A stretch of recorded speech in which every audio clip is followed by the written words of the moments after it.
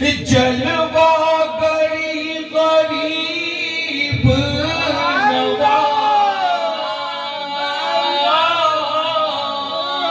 نواز ہو میرے گھر میں بھی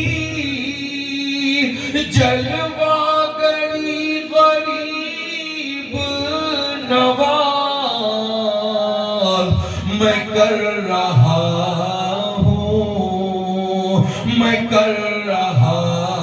ہوں تمہاری چھٹی غریب نواز میں کر رہا ہوں. رب کائنات کس سے بات کر رہا ہے؟ ساری دنیا سے بات نہیں کر رہا ہے، سارے انسانوں سے بات نہیں کر رہا ہے، سارے لوگوں سے نہیں کہہ رہا ہے. کس سے کہہ رہا ہے؟ اپنے محبوب کے غلاموں سے کہہ رہا ہے، کربلا والوں کے وفاداروں سے کہہ رہا ہے، غوث و خواجہ کے دیوانوں سے کہہ رہا ہے. کیا؟ یا ایھا الذین آمنوا اتقوا اللہ، اے ایمان والو اللہ سے خوف الہی پیدا کرو، خشیت ربانی پیدا کرو، وَكُونُوا مَعَ الصَّادِقِينَ اور سچوں کے ساتھ. کس کے ساتھ ہو جاؤ؟ سچوں کے ساتھ ہو جاؤ، اچھوں کے ساتھ ہو جاؤ، نیکوں کے ساتھ ہو جاؤ. کیوں ہو جاؤ؟ صحبت اثر انداز ہوتی ہے، قربت اثر انداز ہوتی ہے، سوسائٹی اثر انداز ہوتی ہے. جیسی صحبت ہوگی زندگی پر ویسا ہی اثر. توجہ رکھیے گا میری بات پر. اصلاح معاشرہ بھی ساتھ ساتھ ملاحظہ فرما لیں اور بزرگوں کی زندگی میں. اے ایمان والو اللہ سے ڈرو اور سچوں کے ساتھ ہو جاؤ. کیوں ہو جاؤ؟ صحبت اثر انداز ہوتی ہے، قربت اثر انداز ہوتی ہے، سوسائٹی اثر انداز ہوتی ہے. جیسی صحبت ہوگی زندگی پر ویسا ہی اثر. جی توجہ رکھیے گا، زندگی پر ویسا ہی اثر ہوگا. اگر آپ بے نمازیوں کے ساتھ رہیں گے بے نمازی ہو جائیں گے، بدعقیدہ لوگوں کے ساتھ رہیں گے بدعقیدہ ہو جائیں گے، بدعمل لوگوں کے ساتھ رہیں گے تو بدعمل ہو جائیں گے.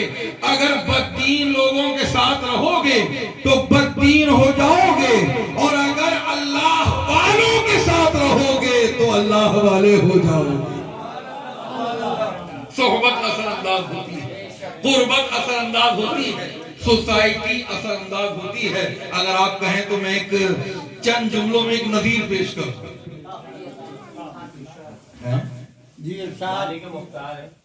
صحبت میں نہیں آئے تھے جب تک نبی کا دامن کرم نہیں تھاما تھا، جب تک مصطفیٰ کی پناہ میں نہیں آئے تھے تو ابو بکر ہی تھے، عمر ہی تھے، عثمان ہی تھے، علی ہی تھے.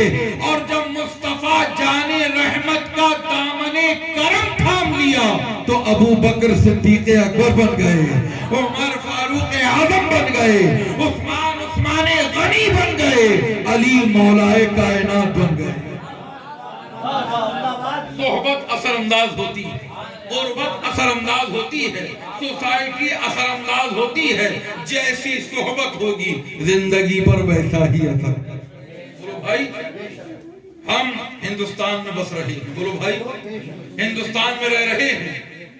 یہ جو آج بھارت کے گوشے گوشے میں اسلام نظر آ رہا ہے، بھارت کے گوشے گوشے میں قرآن نظر آ رہا ہے، بھارت کے گوشے گوشے میں مسلمان نظر آ رہا ہے، تو یہ صدقہ ہے حضور غریب نواز کی صحبت. یہ صدقہ ہے بولو بھائی. جس وقت غریب نواز ہندوستان میں تشریف لائے تھے تو یہاں پر مسجدوں کا ہجوم نہیں تھا، مدرسوں کی کثرت نہیں تھی، یہاں کوئی دارالفتہ بھی نہیں تھا، یہاں کوئی دارالعلوم بھی نہیں تھا، یہاں کوئی مرکز بھی نہیں تھا، یہاں کوئی خانقاہ بھی نہیں تھی. ہر طرف کفر ہی کفر تھا، شرک ہی شرک تھا، بت پرستی ہی بت پرستی تھی. قسم خدا کی ارے کفر کی ایسی گھنگور گھٹا میں اگر کسی نے نعرہ تکبیر بلند کیا ہے تو اس ذات کا نام معین الدین اجمیری ہے، اس ذات کا نام غریب نواز خواجہ خواجگاں.